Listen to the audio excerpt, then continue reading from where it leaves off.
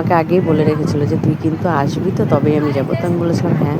তো এই যে একটু দেখে নিলাম। তারপর আমার মামা না মাছ ধরে নিয়ে এসছে, অনেক রকমের মাছ, তাই আমি দেখছিলাম। আর এটা হলো আমার বাবার দিদা, মানে আমার বড় মা, না আমার ঠাকুমার মা।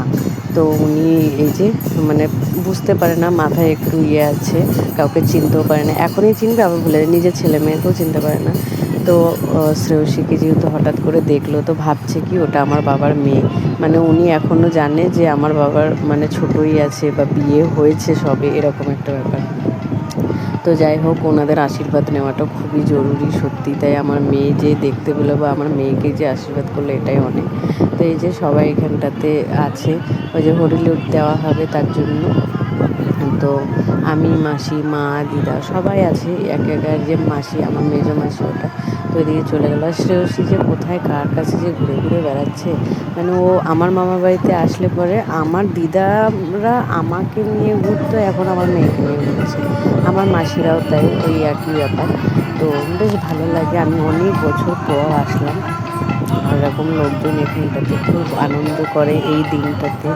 তো আমি আসতে পেরে খুবই মানে খুশি হয়েছি। তো সুবিকেও আসা বলেছিলাম, কিন্তু ও আসতে পারেনি, যেহেতু ওর কাজটা এমনই যে আসতে পারবে না। তো যাই হোক, আমার তো খুব ভালোই লাগছে। তোমাদের কেমন লাগলো তোমরাও জানিও।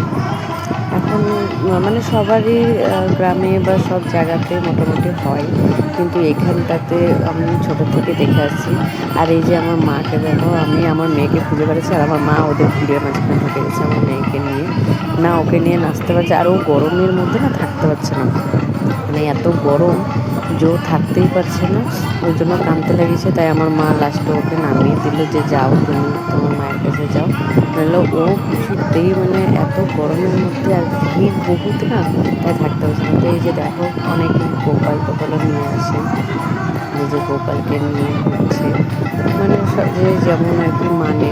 তো যাই হোক, তো আমার ব্লগ তোমাদের কেমন লাগে জানিও, যদি ভালো লাগে তো লাইক কমেন্ট শেয়ার করে দিও, আর চ্যানেলটি প্লিজ সাবস্ক্রাইব করে দিও। সবারই পাশে যেমন আসলাম না, আমার পাশেও থেকো। তো এই যে দেখো, আমার মামা নিয়ে এসছে আমার জন্য ভ্যাটের ফুল। তো আমাকে বলছিল যে এগুলো নিয়ে যাবি, কিন্তু কী করে